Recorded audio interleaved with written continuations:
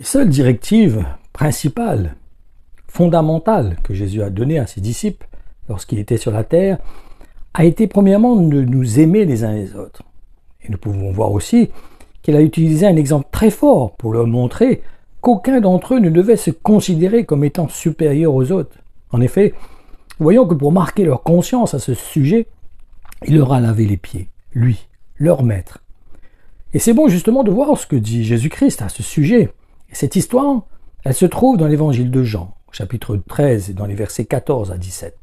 Il nous dit « Si donc en tant que maître et seigneur, je vous ai lavé les pieds, vous devez désormais vous aussi vous laver les pieds les uns aux autres. Je viens de vous donner un exemple pour qu'à votre tour, vous agissiez comme j'ai agi envers vous.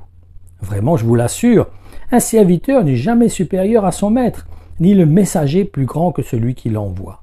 Maintenant que vous savez ces choses et que vous les avez comprises, vous serez heureux, à condition d'agir en conséquence. Il est évident que ce que Dieu nous demande, ce n'est pas de spécialement nous laver les pieds, mais de se servir les uns, d'être serviteurs les uns des autres, pardon. C'est d'être serviteurs les uns des autres. C'est d'avoir ce cœur, de ne pas nous considérer supérieurs à quiconque, mais au contraire, d'avoir ce cœur de considérer les autres comme supérieurs à nous-mêmes.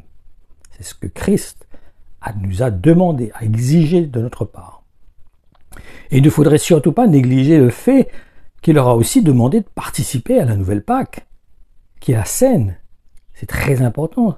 C'est un point vraiment que beaucoup de chrétiens négligent. Et pour moi, elle est aussi importante que le baptême. Et si quelqu'un ne réalise pas cela, c'est comme s'il s'est arrêté dans sa course. C'est comme s'il vivait sa vie de disciple à moitié, comme si c'était inachevé, comme si donc il n'a pas accompli ce que Christ a demandé de la part de ses disciples. Je comprends malgré tout que ça peut être compliqué pour certains chrétiens de pouvoir mettre en œuvre cette directive qui nous a été donnée donc par le Seigneur. Mais tout est possible à celui qui croit. Si vous demandez un poisson à Dieu, est-ce qu'il va vous donner un serpent? Est-ce que son oreille est trop courte pour vous entendre?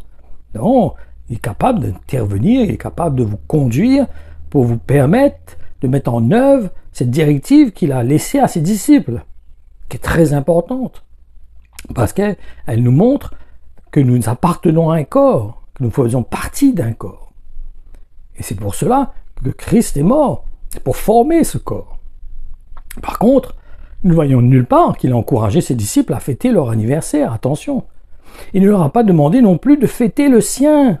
C'est très important de comprendre cela.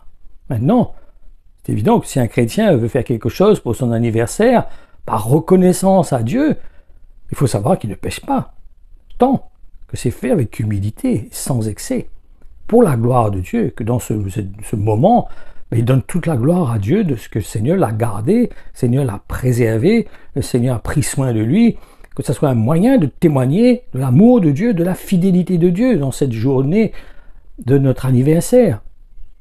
C'est cela que nous devons mettre le point dessus. Et non de festoyer, de boire, de manger, de se réjouir dans la chair. Ça ne doit pas être notre motivation. Ça doit être juste un moment de partage, un moment d'agape, un moment de